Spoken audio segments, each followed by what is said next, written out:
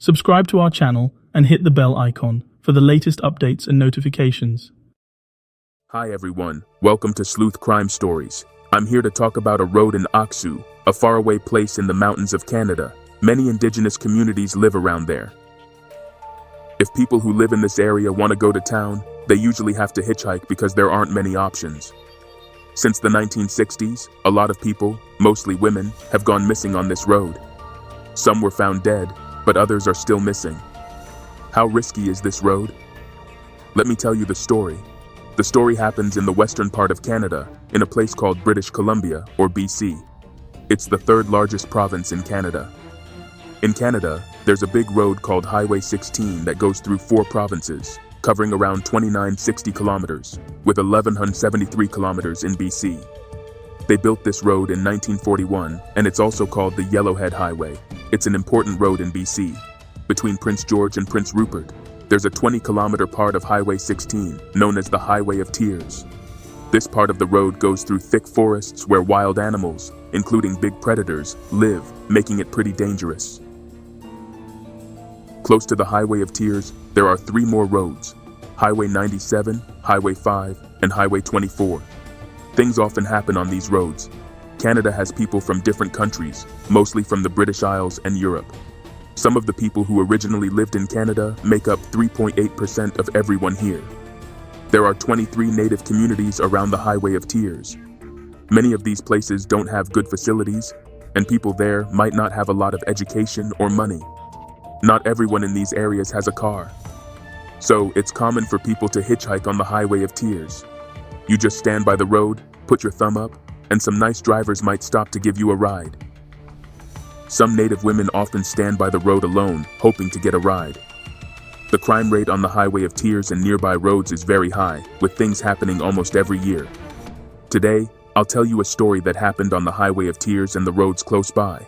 On October 26, 1969, which was a Sunday in early autumn with cool temperatures, 2 hunters went to a forest 10 kilometers outside of Williams Lake to hunt. As they entered the forest, they were shocked to find a woman lying in the bushes. She had no clothes on, and there were bloodstains around her. The 2 hunters, alarmed by the scene, quickly went to the local police station to report the incident. Upon receiving the report, the police immediately went to the scene with the 2 hunters. They found a woman lying in the bushes with multiple stab wounds and bruises, showing no signs of life. The forensic report indicated that the woman, named Gloria, 26 years old and married with 2 children, had been assaulted and died due to excessive bleeding the previous night. During that weekend, she and her family were on a road trip. On the night of the incident, she and her brother went to several bars in Williams Lake. In the late hours of the night, both of them became intoxicated and left together, intending to return to their hotel to rest. The brother walked ahead, and Gloria followed behind. After a while, the brother turned around and noticed that Gloria was nowhere to be found. He went back to the bars to look for her, but couldn't find any trace of his sister. The next day, Gloria was discovered by 2 hunters in a wooded area. During that time, there was no DNA technology, and the scene did not yield any useful clues, making the case investigation very difficult. The local police shared details about the case, hoping people with information would come forward. Soon, a rumor spread among the locals, suggesting 3 people might be involved. The rumor got bigger, but no one told the police what they knew. When the police heard about the rumor, they brought in the 3 people for questioning, but all of them said they didn't have anything to do with Gloria's case. Since there wasn't enough proof, the 3 people were let go, and the case stayed unsolved. A year later, one morning, a person from Hudson's Hope was in the forest picking berries. Near some bushes, they found a woman on the ground. The person quickly told the police. The police came fast and started looking into it. The woman had obvious injuries, and she had died a month ago from a hit to the head. Her name was Micheline Paré, and she was 18. She had gone missing a month before. During the investigation, 2 women who saw Micheline a month ago while driving near a road gave the police some information. They had stopped their car when they saw Micheline hitchhiking on the side of the road. After Micheline left their car, the 2 women realized she wasn't going where they were heading. So, near a farm, about 21 kilometers from where she was eventually found, they dropped Micheline off on the roadside. It's believed that after that, she hitchhiked again with someone else. Since there were very few clues in this case, it was not solved. 4 years later, in the summer, a 16-year-old girl named Colleen McMillan, who lived in the town of Laclahache in BC province, wanted to visit a friend a few kilometers away. She stood by the side of the road, hoping to get a ride. In the past few years, there had been many incidents on the road, and the local government had told people not to hitchhike. But nature also heard about these things. But on that day, Colleen McMillan's parents weren't home. Only she and her 2 younger brothers were. Before leaving, she told her brothers she was hitchhiking to a friend's house and not to tell their parents. After that, she left and never came back. A month later, Colleen was found in a forest 46 kilometers away from home. They found her shirt and things there, but no fingerprints or witnesses to who did it. The police kept some things from the case, hoping they might find something later. For many years, more cases like this happened. Mostly, it was indigenous women going out alone, trying to hitchhike. Some were found, but some were never found again. Even though a lot of bad things happened on that road, the police didn't pay enough attention and treated each case separately. In 1998, people who lived near the highway did something to remember all the missing and hurt people from the highway. They had a special night event in Tross.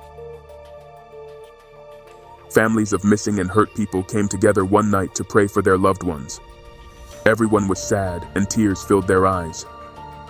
After that night, the 16th Highway, a 20-kilometer road between Prince George, Chenji, and Prince Rupert, got a new name, the Tears Highway. More and more people learned about the events that happened there. People wanted the police to solve these old cases and tell the families what happened. Because of public pressure, the Royal Canadian Mounted Police started taking these highway cases seriously, organizing files and doing thorough investigations. For many decades, lots of cases happened in that area. At first, they thought 3 men were part of the cases on the 20 highway, but after checking, they found out these men were killed for different reasons. The case files were big and complicated, so it took a long time to figure out all the clues, making progress slow. Even though the police tried, they still had a hard time making things better. It wasn't until another case happened involving a 24-year-old woman named Nicole Hoare, who lived in Red Earth, Alberta. Nicole was from a rich family and liked hiking. In June 2002, she wore a red long-sleeved shirt, beige capri pants, and black sandals. Carrying a backpack, she went to Prince George, BC, for a tree planting event, planning to stay there. Since Nicole's sister lived in BC too, she called to say she'd visit the next day. But after 6 days, her sister didn't see her, even though Nicole should have been there. The person in charge of the tree planting event also realized they hadn't seen Nicole for a few days. They tried different ways to contact her, but couldn't, so they told the local police. On the map, Nicole was in Prince George. Her sister's house at a cement facility was 370 kilometers away. Nicole needed a ride to get there. Checking, there was no record of Nicole using public transportation when she disappeared. After they announced Nicole was missing, a supermarket worker in Prince George said Nicole had been there on the day she disappeared. She tried to pay with her bank card, but it didn't work. In the end, Nicole paid with cash. The police checked her bank card records and saw that on the day she disappeared, she took out $40 in cash from a bank, and there were no more transactions after that. Another person saw Nicole on the day she vanished, standing on the side of the road and waving to get a ride. Shortly after, a yellow or orange car drove by. When the car saw Nicole waving, it moved across 2 lanes and stopped by the side of the road. Later, they saw Nicole getting into that car. From these signs, it's guessed that Nicole was trying to hitchhike to visit her sister in Smith and then went missing during the journey.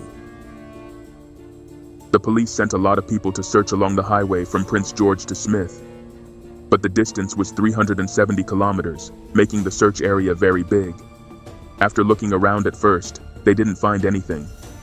During this time, some people in Smith said they saw Nicole in the area on the 2nd day after she disappeared.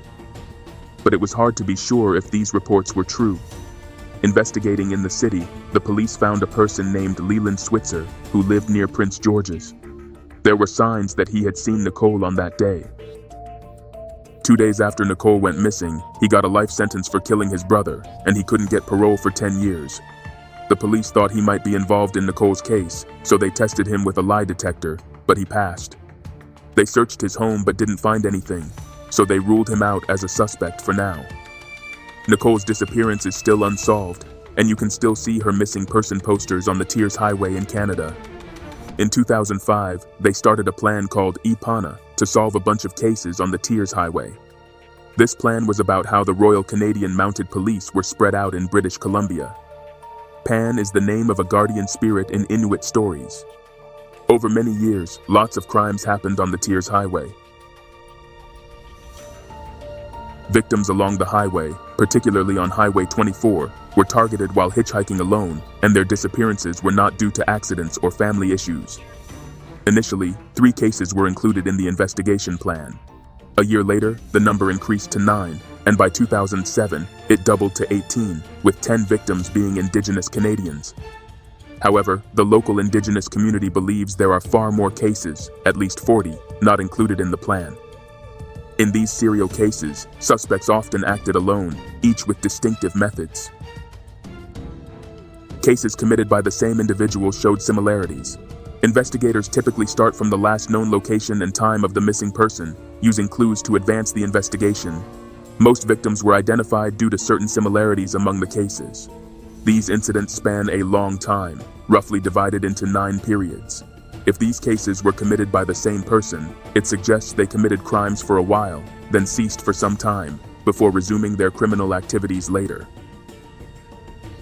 A well-known American lawyer and serial killer in the United States stopped committing crimes midway due to certain circumstances after several incidents.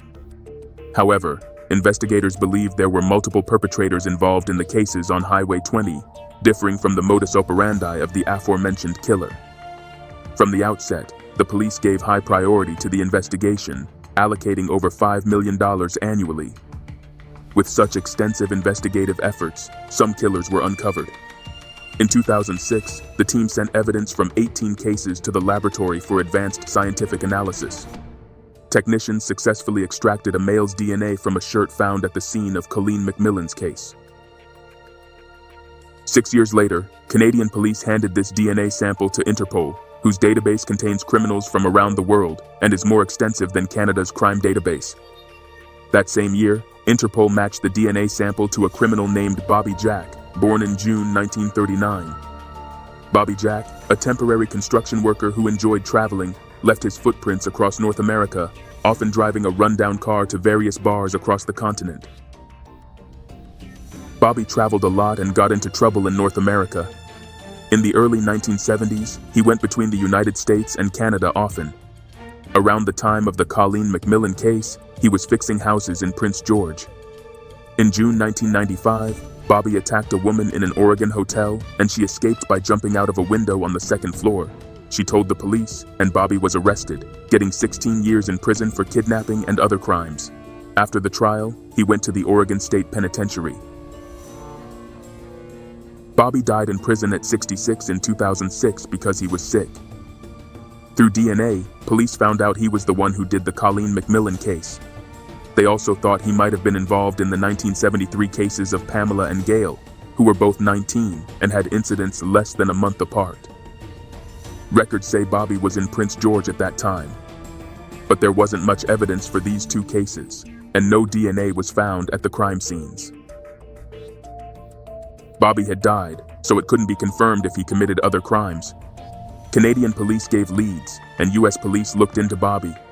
They thought he might have done about 7 murders in the US, and maybe more than a dozen in Canada. Signs showed Bobby could be the serial criminal on the Highway of Tears, caught in June 1995. But crimes kept happening on the highway after he was caught, meaning there were other criminals too. In 2010, police on the highway caught a suspect thought to be one of Canada's youngest serial killers. In November 2010, on a snowy day, a cop in New York City was patrolling the highways. At 9:45 p.m., he saw a pickup truck coming from a hidden path, going fast. It seemed weird because it was late and snowy. Thinking the driver might be poaching, the cop stopped the pickup. He saw blood on the driver, who said it was from deer hunting.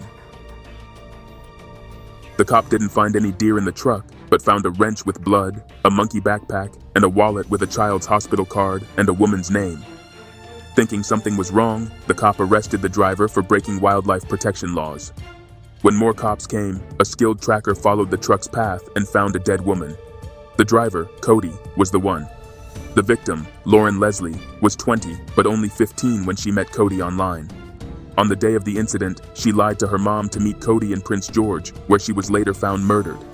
After this, police took a sample from Cody's genes and checked it in a database. It matched with 3 other cases. Between 2009 and 2010, 3 women were killed after hitchhiking on the highway.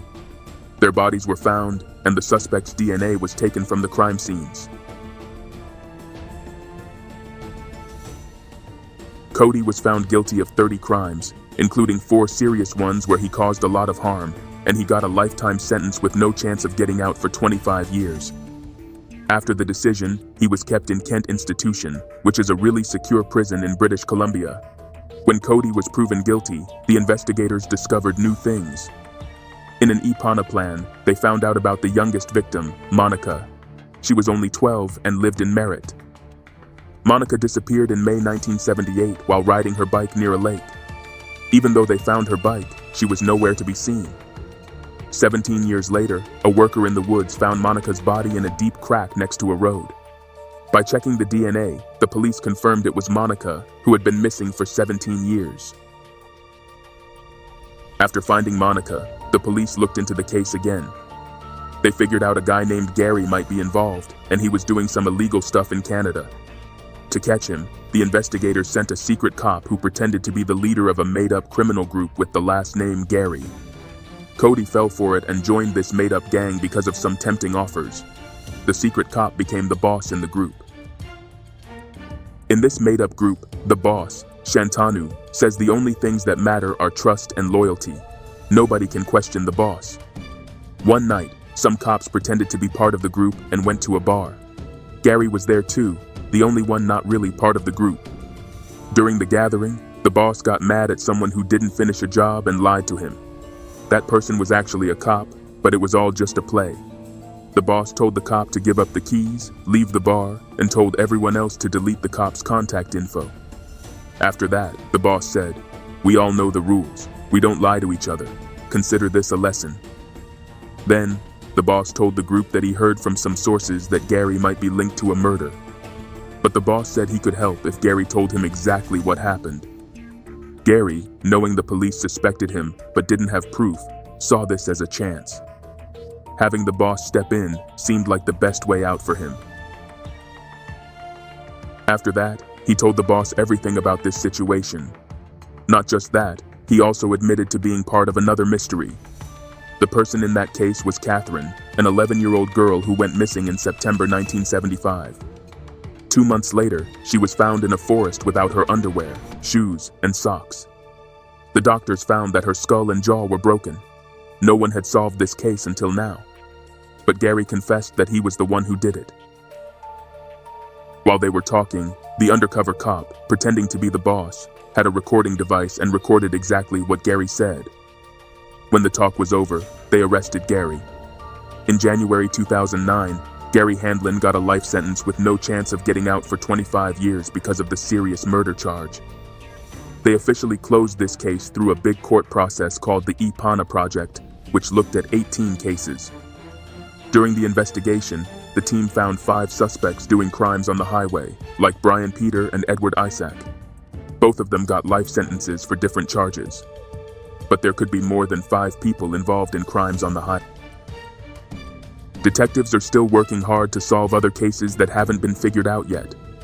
The highway is really big and doesn't have many people, which makes it hard to stop random crimes, and that's why incidents happen a lot. To make things better, the local government is trying. They came up with 33 ideas, and one of them is to have more public transportation along the highway. This can help make sure fewer women are hitchhiking, and more police patrols are watching the highway. If someone is seen hitchhiking, the police step in quickly. Nowadays, there are more buses and public transport on the hot water highway, and you often see signs saying no hitchhiking. But, even with all that, many people still hitchhike on the Teardrop Highway. Even today, there's still a big problem on the Willow Tree Highway. There are people with bad intentions secretly watching women who are alone. The danger isn't from the road, but from people.